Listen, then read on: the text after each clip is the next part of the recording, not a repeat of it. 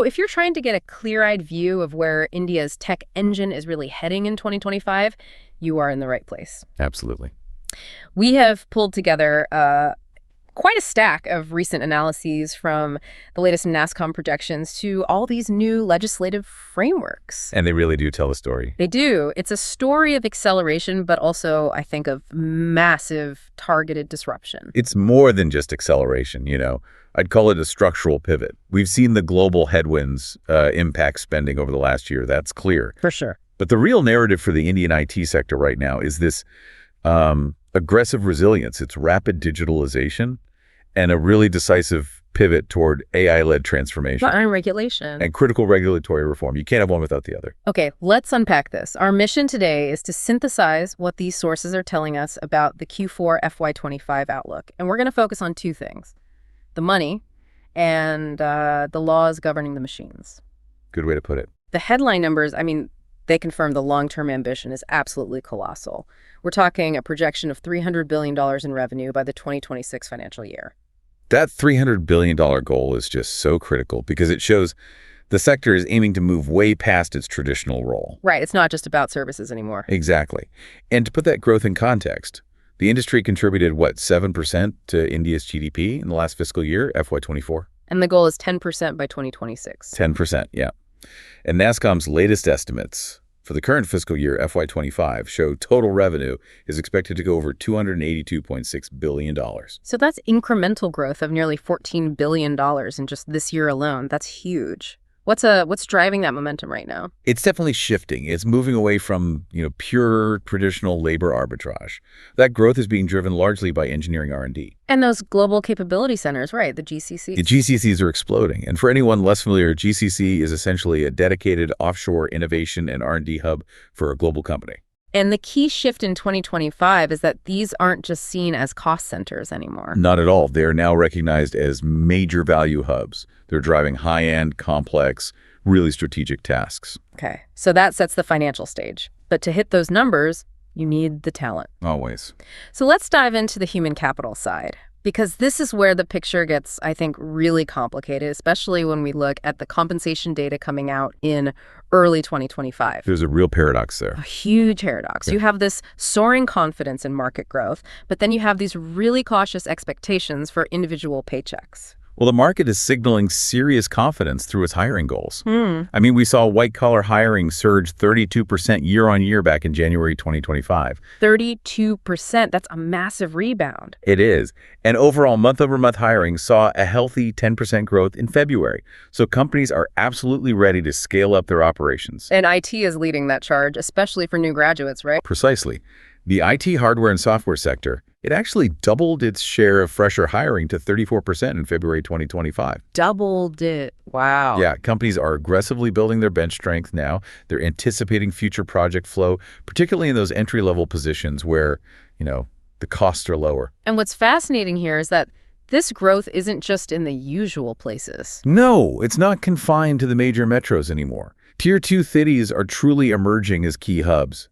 We saw Pune with, 6.7% month-over-month growth in hiring, and Ahmedabad was right behind at 6.3%. We've tracked this for years, and that kind of mom growth in Pune and Ahmedabad, that really feels like a definitive moment. The talent map of India has officially been redrawn. It's a structural shift. It's driven by the search for slightly lower operational costs and, of course, these vast, untapped talent pools. Right. But, okay, if hiring confidence is so robust, if companies are adding tens of thousands of roles, why are the actual salary expectations for 2025 muted? That's the big question, isn't it? It is. Here's where it gets really interesting. The February 2025 data suggests average salary increments are projected to be in the 4% to 8.5% range. Which is notably lower than the double-digit hikes we saw just a few years ago. Right. So if you're a generalist IT professional, this raises a bit of a flag. That cautious outlook, it reflects the twin pressures of, continued global economic uncertainty, and crucially, the speed of AI adoption. That affects workforce planning. Companies are just managing costs very carefully. They are. We saw industry giant TCS sort of set the tone. announcing hikes in that same 4% to 8% band effective April 2025. It's a pragmatic rhythm they're settling into. Efficiency over across-the-board inflation. That's the new mantra. So the general raise is modest. It reflects cost pressure. But you can't run an AI-first company with generalists. So what happens to the specialized talent? And this is the new normal. The compensation strategy is shifting so rapidly to this hyper-segmented, skills-based pay over blanket raises. So it's not about a general cost of living increase anymore. Not at all. While a fresher might see a modest adjustment, maybe 2% to 4%, a mid-level or senior professional with specialized future-proof skills, Like deep expertise in generative AI, advanced cybersecurity. or large-scale cloud engineering, they're commanding 10% to 15% increases. The segmentation means that skill premium is now dictating the entire compensation structure. But even with that specialized pay, they still have to fight to keep those people. We can't ignore the challenge of attrition. It's still a major issue. The December quarter 2024 figures, they still show major firms battling turnover. Wipro was at 15.3%, Infosys at 13.7%, and TCS at 13%. And while those numbers are cooling from the hyper-pandemic highs, that still represents hundreds of thousands of experienced workers leaving. Right, which creates a continuous demand gap that all those new freshers are expected to fill. That's absolutely right, which is why we see companies emphasizing non-monetary benefits. They're crucial retention tools now. Things like ESOPs, employee stock ownership plans, are used to lock in long-term commitment. Along with retention bonuses and flexible work, I assume. Absolutely. The pressure to hold on to experienced staff, especially those with niche skills who are commanding those 15% raises, remains extremely high. Okay, that growth on the people side is, of course, completely reliant on the technological acceleration we're seeing. It is. So let's shift focus to the primary engine driving all this, generative AI. We are moving way past the theoretical phase and into hard operational deployment. We really are. So what does our source material tell us about India's actual maturity in adopting AI as of early 2025? The data suggests India has reached a critical tipping point, maybe faster than many expected. According to recent reports, nearly half, 47% of Indian enterprises already have multiple GenAI use cases live and operating in production. Almost half. Already in production. That's not pilots. No, this is a decisive shift from just running pilots to deriving actual performance value. And overall, 75% of Indian enterprises are expected to integrate AI into their core processes by the end of this year, 2025. That is an astonishing speed of adoption. Where exactly are they prioritizing those investments to get to that 47% figure? They're focusing on functions that drive immediate efficiency. Yeah. And, measurable customer experience gains. Makes sense. So the top priority functions for GenAI investment are operations, cited by 63% of enterprises. Think optimizing supply chains, internal processes, followed very closely by customer service at 54%. Right, where AI can handle triage and first-level support. Exactly. One of our sources called this the investment paradox, and I think it really highlights the cautious mindset right now. Leaders overwhelmingly believe AI will have a huge business impact, 76% conviction. Right, a huge conviction. But the investment doesn't seem to fully match that conviction yet. Why the hesitation? That's the crux of the current dilemma. Despite that high belief, over 95% of organizations are allocating less than 20% of their total IT budgets to AI. So what does that point to? It points to caution in massive capital expenditure shifts, Yeah. but also a reliance on external solutions and platforms. Speed of deployment is paramount. 91% of leaders cited rapid deployment as the single biggest factor driving their buy versus build decisions. So they need impact now. They need impact now, which means many are co-innovating with startups, which nearly 60% of organizations are doing, rather than building these bespoke, time-consuming internal solutions. That speed, that volume of data, the demands of real-time AI, this requires an immense leap in infrastructure. It does. So what does this all mean for India's long-term digital backbone? Which I guess brings us to the national push for future connectivity, 6G. This connectivity vision is absolutely central to the country's transformation from a technology consumer to a creator. The Bharat 6G Vision Manifesto, it aims for indigenous design, development, and deployment of 6G technology by 2030. So building directly on the rapid 5G rollout. Exactly. And the government's approach seems pretty comprehensive, establishing the foundational research right now. And the principles behind it. The vision is based on these core principles of affordability, sustainability, and ubiquity. To accelerate the R&D, they've already funded 2 specialized test beds. Right, the 6G tiered testbed and one for optical communication. The Advanced Optical Communication Testbed, yeah. And on top of that, 100 5G labs were sanctioned in FY24 across academic institutions. So they're building a 6G-ready academic and startup ecosystem from the ground up. That's the idea. This is about ensuring indigenous innovation drives the future network instead of just, importing the next generation of infrastructure. That sets the stage for the technology. But technology operating at this scale, processing that volume of data, it requires a serious update to the rules of the road. A very serious update. So let's pivot to the regulatory overhaul. This is a crucial element for business strategy in 2025.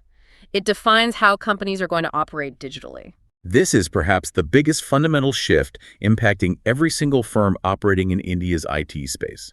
We are seeing two major legislative frameworks being enacted: the Digital Personal Data Protection Rules and the Comprehensive Digital India Act. Let's start with privacy. The DPDP rules were notified in November 2025, fully operationalizing the 2023 Act. What does this actually mean for data processing and for, the average user? It creates a clear, citizen-centric framework. It's built on 7 core principles, including explicit consent, transparency, and purpose limitation. Meaning data can only be used for the reason it was collected. Precisely.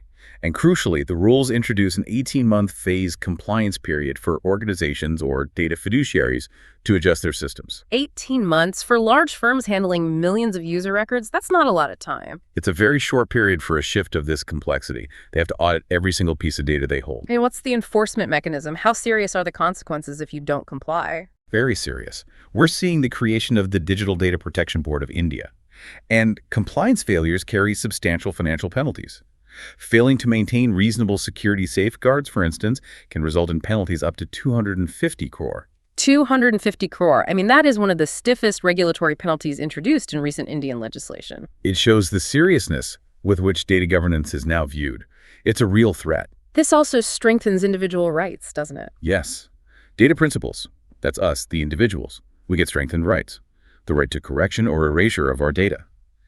And the data fiduciaries must respond to these requests within a mandatory 90 days. So it places the control back with the user? It's intended to, yes. Now let's turn to the broader framework, the Digital India Act 2025. This updates the 2-decade-old IT Act of 2000. This is the law designed to police the digital public square. Exactly. This act is designed to tackle modern digital phenomena that just didn't exist in 2000. Like what specifically? Well, it expands regulation to cover everything from online financial fraud to the critical new areas of deepfakes, and importantly, the use of AI in decision-making. AI decision-making specifically. That's a massive regulatory undertaking. It is, and it's very forward-looking. If a company uses AI to make important decisions, say about a job applicant's hiring status or approving a loan. Wait, so they have to provide an explanation of how that decision was made? Yes. The aim is explicit: to avoid the bias and discrimination that might be hidden inside opaque AI algorithms. So it's about transparency. And accountability. It also increases responsibility for big tech companies, mandating they remove harmful content quickly and set up fair systems. And it mandates stricter online safety for children. Clearly, these legislative moves bring India's digital governance into the modern age, but, they aren't without immediate friction points, are they? No. The primary friction is implementation difficulty. Small startups with limited legal and compliance resources, they may struggle with the burden of heavy compliance, especially under the DPDP rules. And then there's the free speech debate. There is. There's the ongoing societal debate about balancing strict content regulation, particularly with rules around deepfakes, against concerns about censorship. The success of these laws will hinge entirely on proper, nuanced enforcement. So wrapping up this deep dive, early 2025 represents much more than just a revenue rebound for India's IT sector. It really feels like a foundational transformation. It does. It signifies India's definitive move from being primarily a technology consumer and service provider to a co-creator and a standard setter. Right. The focus is clearly on shifting economic activity toward high-value digital services, toward R&D, and establishing a robust, regulated, secure digital environment. One that can support the demands of AI and 6G. Exactly. And we see that optimism reflected in the $300 billion revenue goal by FY26, driven by that sharp, skill-based pay premium, the push for legal certainty, and the proactive prep for 6G. It all connects. But let's leave you with one final thought to mull over. Yeah, and it's this contrast, isn't it? The sources reveal this cautious approach to general employee salaries, stuck in that 4% to 8.5% range. Right. At the same time, you have this huge investment focus on AI deployment, with 47% of enterprises already running multiple GenAI use cases live in production.